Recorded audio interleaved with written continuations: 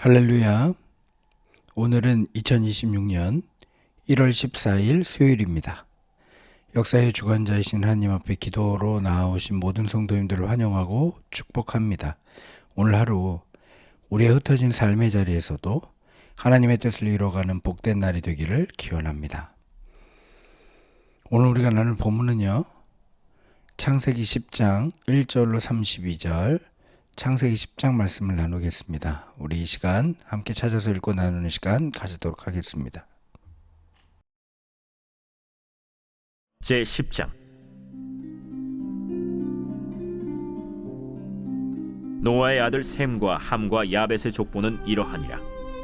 홍수 후에 그들이 아들들을 낳았으니 야벳의 아들은 고멜과 마곡과 마대와 야완과 두발과 메섹과 디라스요, 고멜의 아들은 아스크나스와 리밧과 도갈마요, 야완의 아들은 엘리사와 달시스와 기띔과 도단임이라.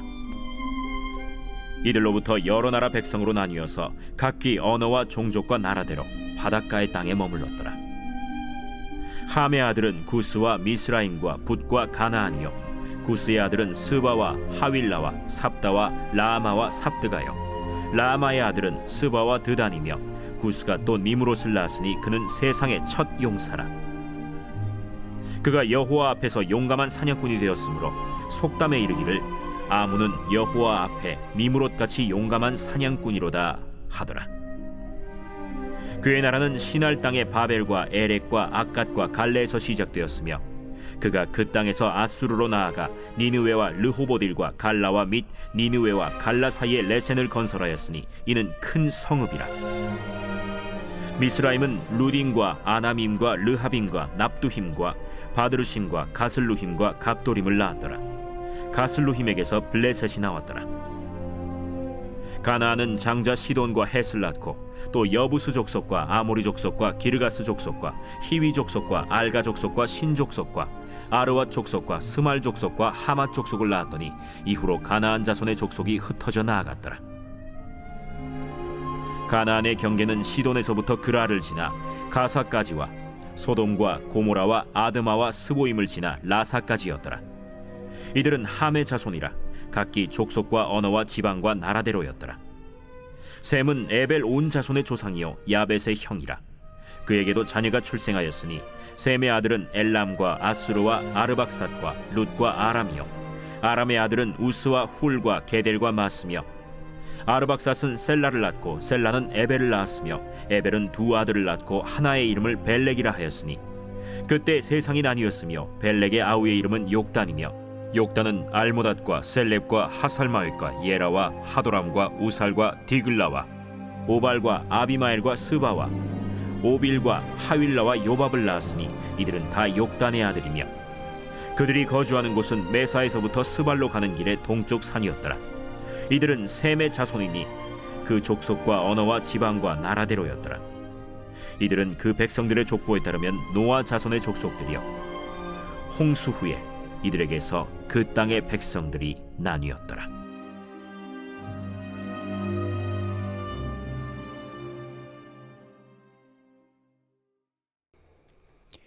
우리는 어제 노아의 세 아들의 실수와 그에 따른 예언적 축복과 저주를 보았습니다.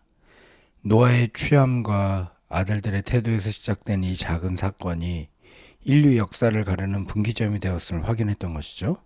그리고 오늘 우리가 함께 읽은 창세기 10장은 그 예언이 실제로 역사 속에서 구체적으로 어떻게 성취되었는지를 우리에게 보여주는 열방의 족보입니다. 성경을 읽다 보면 족보가 나올 때마다 지루함을 느끼기 쉽습니다. 낯선 이름들의 나열이 우리와 무슨 상관이 있을까 싶기도 하죠. 그러나 창세기 10장의 족보는 단순한 인명록이 아닙니다. 이것은 홍수 심판으로 전멸했던 인류가 하나님의 은혜로 다시 번성하고 어떻게 온 땅에 충만하게 되었는지를 보여주는 하나님의 신실한 약속의 성취 기록입니다. 또한 이 족보는 인류가 바벨탑 사건으로 흩어지기 전 이미 하나님께서 각 족속을 통해 열방을 향한 원대한 계획을 가지고 계셨음을 보여주는 구속사의 중요한 지도이기도 합니다. 노아의 세 아들 셈, 함, 야벳을 통해 갈라진 물줄기가 어떻게 인류의 역사를 이루고 그 속에 구원의 섭리가 어떻게 면면히 흐르고 있는지 살펴보며 오늘 우리에게 주시는 은혜를 나누고자 합니다. 먼저 소개되는 것은 야벳의 후손입니다. 이 족보에서 야벳이 가장 먼저 언급된 이유는 그들이 이스라엘의 역사 무대에서 지리적으로 가장 먼 곳으로 흩어졌기 때문일 것입니다. 그들은 고멜과 마곡, 야완 등을 낳았고 5절을 보면 이들로부터 여러 나라 백성들이 나뉘어서 바닷가의 땅에 머물렀더라라고 기록합니다. 이들은 주로 지중해 연안의 섬들과 해변 그리고 북쪽 유럽과 소아시아 지역으로 뻗어나갔습니다. 이것은 노아의 예언대로 하나님이 야벳을 창대하게 하사 그 지경을 넓히신 결과라고 할 것입니다. 당시 고대 군동의 관점에서 볼 때 바다 건너 섬이나 북쪽 땅은요, 문명의 변방처럼 보였을지 모릅니다. 그러나 하나님은 그 흩어짐 속에 놀라운 섭리를 숨겨두셨습니다. 훗날 이들이 자리 잡은 지역에서 꽃피운 헬라 문화와 언어, 그리고 로마의 도로망은 사도 바울과 초대교회 전도자들이 복음을 들고 땅끝까지 전파하는 결정적인 복음의 고속도로가 되었던 것입니다. 야벳의 창대함은 단순히 영토의 확장이 아니라 하나님 나라 확장을 위한 도구로 쓰임받는 축복이었다 할 수 있습니다. 하나님께서 우리의 흩어짐조차 허투루 쓰지 않으십니다. 때로는 우리가 원치 않는 곳으로 발령을 받거나 낯선 곳으로 이사를 하거나 익숙한 곳을 떠나야 할 때가 있을 겁니다. 겉보기에는 밀려나는 것 같고 주변부로 흩어지는 것 같지만 믿음의 눈으로 보면 그곳은 하나님이 예비하신 새로운 선교지일 수도 있는 것입니다. 지금 내가 서 있는 곳, 내가 보내진 그 자리가 우연이 아님을 여러분 기억하십시오. 하나님은 야벳을 넓히셔서 복음의 길을 내셨듯이 우리의 삶의 지경을 넓히셔서 그곳에 예수 그리스도의 향기를 전하게 하시는 것입니다.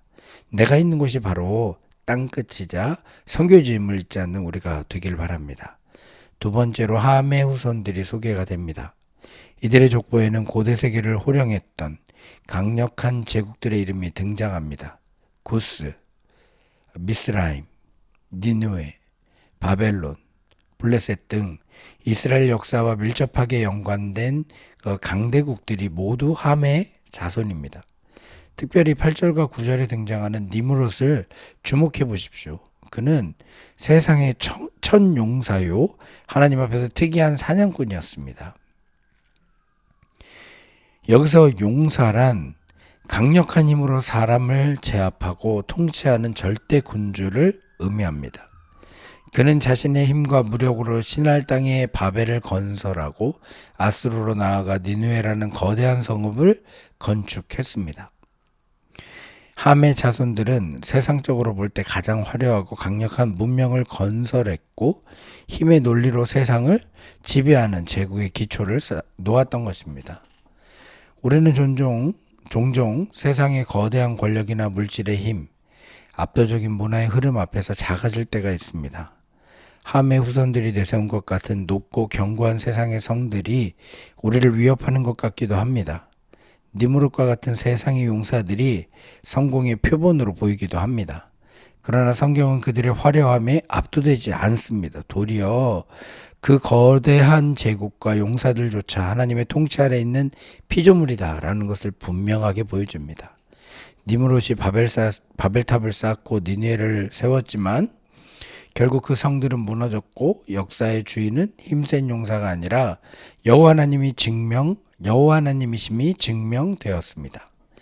눈앞에 보이는 세상의 힘과 성공신화에 기죽거나 부러워하지 마십시오. 세상은 니므롯 같은 용사를 칭송하지만 하나님은 자신 앞에 무릎 꿇는 겸손한 예배자를 찾으십니다. 세상의 제국은 일어났다 사라지지만 하나님의 나라는 영원합니다. 역사의 주권은 오직 하나님께 있음을 잊지 않는 우리가 되길 바랍니다. 마지막으로 셈의 족보가 나옵니다. 21절은 셈을 에벨 온 자손의 조상이라고 특별히 소개합니다. 여기서 에벨은 건너온 자라는 뜻을 가진 단어의 어원이 됩니다. 셈의 족보에는 함의 자손들처럼 거대한 제국을 건설하거나 위대한 용사가 등장했다는 기록은 없습니다. 세상의 주목을 끌 만한 화려함은 없어 보입니다. 그러나 셈의 족보에는 아주 중요한 특징이 있습니다. 바로 이 족보가 아브라함으로, 다윗으로, 그리고 마침내 예수 그리스도로 이어지는 구원의 계보라는 사실입니다. 세상이 바벨탑을 쌓으며 자기 이름을 내려고 할 때에 하나님은 셈의 자손들을 통해 조용히 그러나 끊임없이 생명의 물줄기, 언약의 물줄기를 이어가고 계셨던 것입니다. 겉으로 드러난 역사는 힘 있는 자들의 것 같지만 이면에 흐르는 진짜 역사는요, 언약 백성들을 통해 완성되어 갑니다. 우리의 삶이 세상적으로는 평범하고 미약해 보일지 모릅니다. 니므롯처럼 유명하지 않을 수도 있습니다. 거대한 업적을 남기지 못할 수도 있습니다. 그러나 우리가 예수 그리스도를 믿고 언약 아래 머물러 있다면 우리는 가장 위대한 구원의 역사 속에 있는 주인공들입니다. 우리의 작은 순종과 믿음의 가정 세우기가 믿음의 계보를 잇는 거룩한 통로가 되는 것입니다. 우리는 무엇을 남기며 살아가고 있습니까? 눈에 보이는 성과나 건물이 아니라 믿음의 유산을 남기는 것이 가장 중요함을 잊지 마십시오.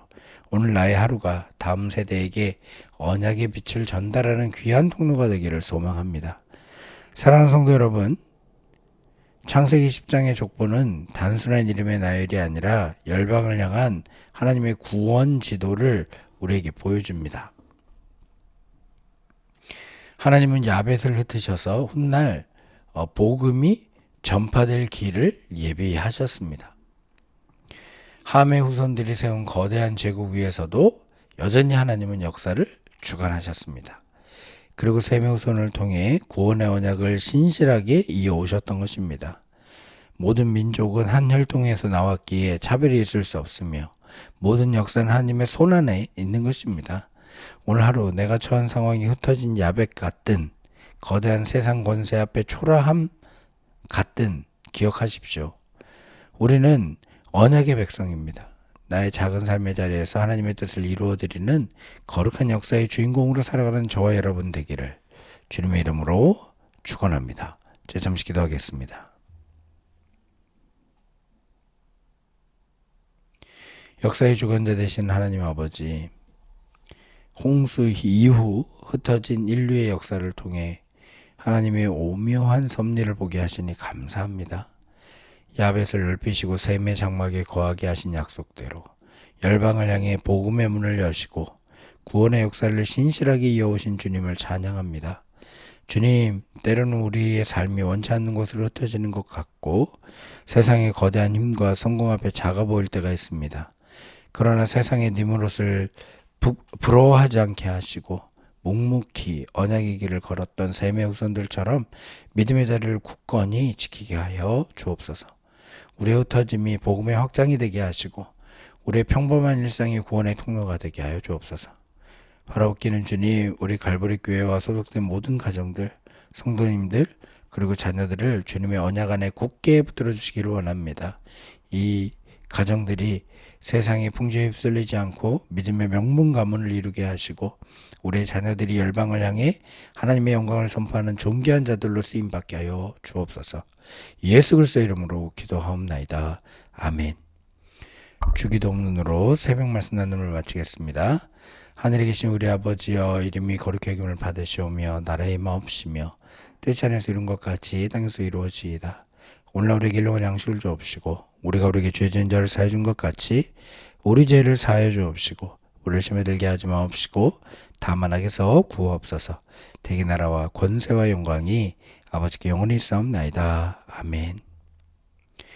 이 시간 우리 잠시 말씀을 붙들고 기도하기를 원합니다. 첫째로 하나님께서 나를 지금 이곳에 보내신 뜻을 깨닫고 흩어진 자리에서 복음의 통로로 살아가게 해달라고 기도할 수 있게 되길 바랍니다. 둘째로 눈에 보이는 세상의 힘과 권세에 위축되지 않고 오직 역사를 주관하시는 하나님만 의지하며 믿음의 길을 걷게 해달라고 기도합시다. 세 번째로 하나님께서 우리에게 허락하신 만남과 관계 속에서 복음의 씨앗을 심고 사랑으로 섬기며 하나님 나라를 확장해가는 전도자의 삶을 살게 해달라 기도할 수 있게 되길 바랍니다. 그리고 우리 갈보리 교회와 사랑하는 모든 성도님들의 가정 그리고 자녀들이 믿음의 언약 안에 굳게 서서 시대를 이끌어가는 믿음의 용사들로 쓰임받게 해달라고 이 시간 다 같이 함께 기도하는 시간 가지도록 하겠습니다.